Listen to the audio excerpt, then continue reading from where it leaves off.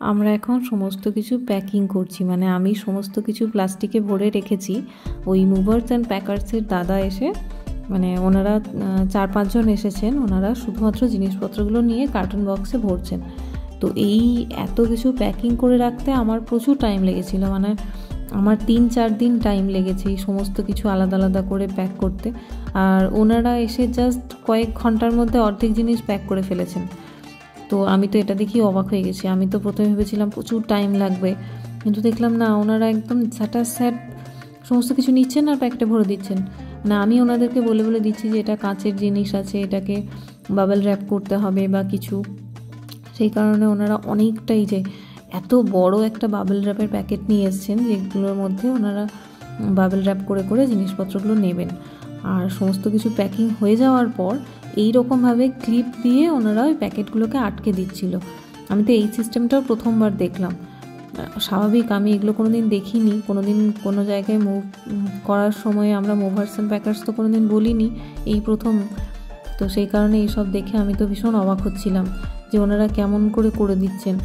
Professional মানুষজন দিয়ে packing করালে এটাই সুবিধা যে সমস্ত কিছু মানে খুব তাড়াতাড়ি হয়ে যায়, আপনার অতটা কষ্ট হয় না বা অতটা ঝক্কি থাকে না।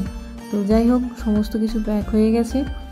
আর আসল কথাটাই বলিনি আমি, সেটা হচ্ছে আমরা বিজয়বাড়া থেকে চলে যাচ্ছি, অন্য শহরে মুভ করছি। এই শহরটাকে খুব মিস করব। প্রথম যখন এখানে এসেছিলাম তখন 2022 সালের মার্চ মাস, মানে 20 বা 24 তারিখ এরকম আমরা এসেছিলাম। তো তখন এই শহরটাকেও আমার খুব একটা ভালো লাগেনি, আর এই যে আমরা এখন যে জায়গাটায় আছি এই জায়গাটাও আমার খুব একটা ভালো লাগেনি। মনে হয়েছিল খুব ফাঁকা ফাঁকা চারিদিকটা কেমন একটা। তো তারপরে আস্তে আস্তে কেমন যায় না, এই জায়গাটার প্রতি বা এই বাড়িটার প্রতি একটা ভালো লাগা তৈরি হয়ে যায়। আমাদের সমস্ত কিছু মালপত্র প্যাকিং হয়ে গেছে, এবার গাড়িতে তোলা হবে। তার আগে ম্যাট্রেসটা নামাতে হবে। ম্যাট্রেসটা ওনারা একবার সিঁড়ি দিয়ে চেষ্টা করলেন নামানোর, কিন্তু অত বড় ম্যাট্রেসটা নামাতেও অসুবিধা হচ্ছিল, সেই কারণে ওনারা এই সামনে ব্যালকনিটা দিয়েই নামিয়ে নিলেন। কোনো অসুবিধা নেই, ফাঁকা জায়গা তো। এবার ম্যাট্রেসটাকে ওনারা একটু প্যাক করে নেবেন, তারপরে গাড়িতে তুলবেন, কারণ ম্যাট্রেসটা ভিজে যেতে পারে। তবে আমি ভেবেছিলাম হয়তো আমাদের একটা বড় প্যাকেট আছে ওতে করে প্যাক করবেন, তারপর দেখলাম না, ওনারা এই প্লাস্টিক দিয়ে পুরো জড়িয়ে রাব করে নিলেন, তাহলে বৃষ্টি বা কোনো রকম কোনো জল পেলেও ম্যাট্রেসটার কিছু হবে না। এটা একটা ভালো দিক, কারণ নাহলে ম্যাট্রেসটা ভিজে গেলে সমস্যা হতো। আমাদের তো প্রচুর মালপত্র আছে, আর ওরা নিয়ে এসছে ওই ছোট্ট একটা মানে ছোটা হাতির মতো। এবং এখানে যে শুধু আমাদের মালপত্র যাবে তা না, আর একজন ম্যাডাম আছে, ওনার মালপত্রও যাবে, সেম শহরেই যাবে, মানে উনিও যাবেন। তো আমি সেই জন্য চিন্তা করছিলাম যে এটার মধ্যে ধরবেই কি ধরবে না। এত বড় একটা ম্যাট্রেস আছে, এত বড় একটা বাইক আছে, তারপরে এতগুলো মানে মোটামুটি 12-13টা মতো কার্টুন হয়েছে। তো সেই কারণে আমি চিন্তায় ছিলাম, দেখা যাক কি হয়।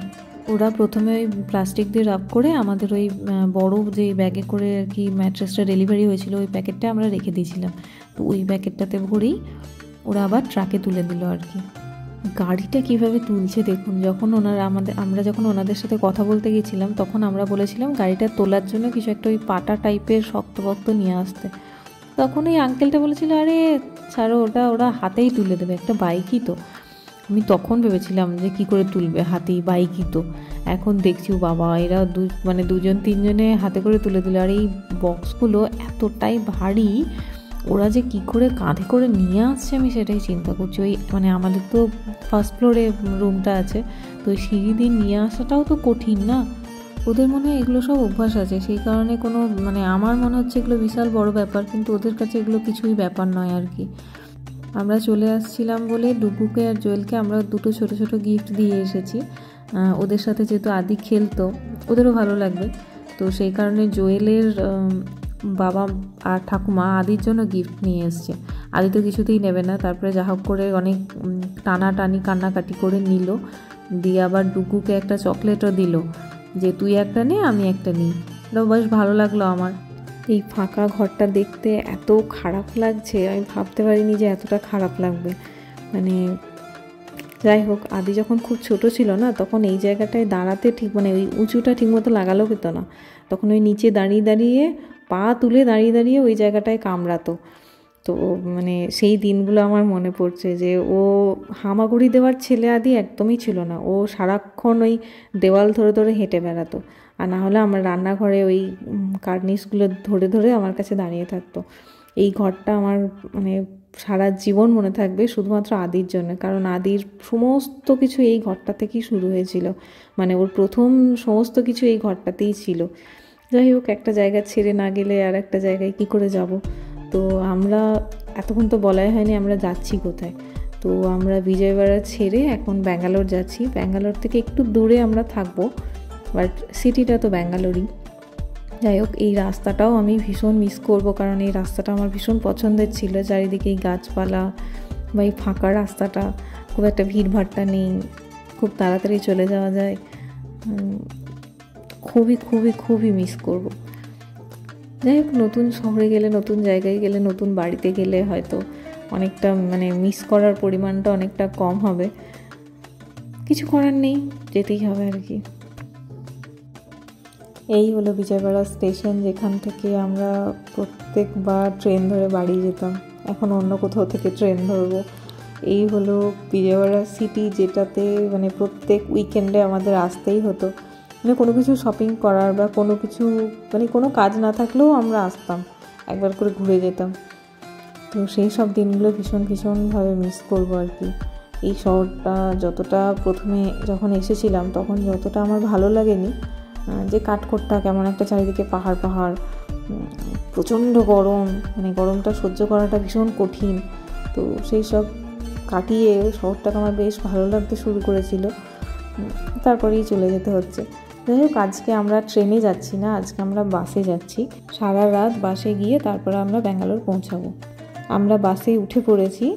আমাদের দুটো সিট নেওয়া হয়েছে, কিন্তু দুটো সিট বেশ কমফোর্টেবল এবং অনেকটা স্পেস আছে। মানে আমি আদি শোয়ার পরও, মানে আমি আর গৌরাঙ্গ শোয়ার পরও আদির আরামসে শুয়ে পড়তে পারবে। একটা করে বালিশ দিয়েছে, একটা করে ব্ল্যাঙ্কেট দিয়েছে, আর ওঠার পর একটা করে জলের বোতল দিয়েছে। এটা তো ফুল এসি বাস, বেশ লাক্সারি বাসটা আছে। আমরা চেপেছি আপনার ওই 7টা এরকম টাইমে। এটা পৌঁছাবে দেখাচ্ছে যে কাল সকাল 7টায়, মানে 12 ঘন্টা টাইম লাগবে ব্যাঙ্গালোর, বিজয়বাড়া টু ব্যাঙ্গালোর। এইরকম বাসে একটাই অসুবিধা, সেটা হচ্ছে টয়লেটের। তো বাসটা বলেছিল 2-3 বার দাঁড়াবে, তার মধ্যে প্রথম দাঁড়িয়েছে 9টা 15 নাগাদ, এখানে আমাদেরকে খাওয়ার জন্য দাঁড়িয়েছে আর কি। আমরা নিয়েছি রুটি আর একটা টমেটো, মানে আমরা বলেছিলাম ভেজ কারি, ওরা দিয়েছে টমেটো কারি।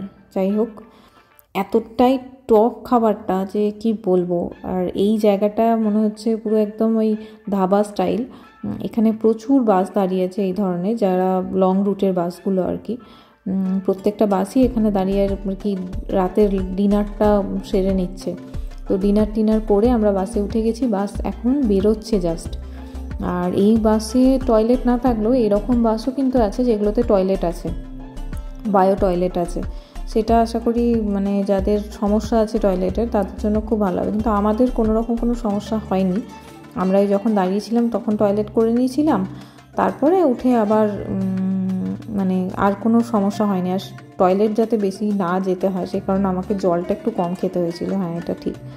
তো আমরা ব্যাঙ্গালোর পৌঁছে গেছি সকালবেলা। সারা রাত ঘুমও ভালো হয়েছে, কোনো অসুবিধা হয়নি। বাসে কোনো রকম কোনো চিৎকার চেঁচামেচি তো নেই।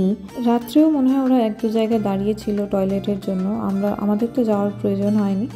আর আমরা এখন ব্যাঙ্গালোরে এই জাস্ট নামবো।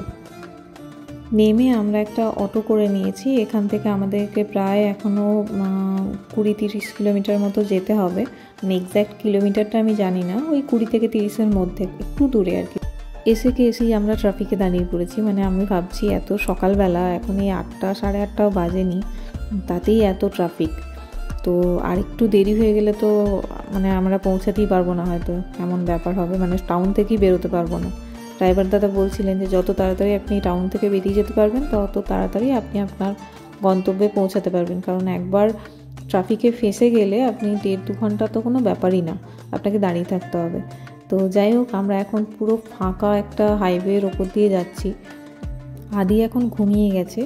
আর আমি এই ভিডিওটা এখানে শেষ করছি। আমরা কোথায় যাচ্ছি সেটা পরের পর্বে জানাবো। এখন টাটা, বাই বাই।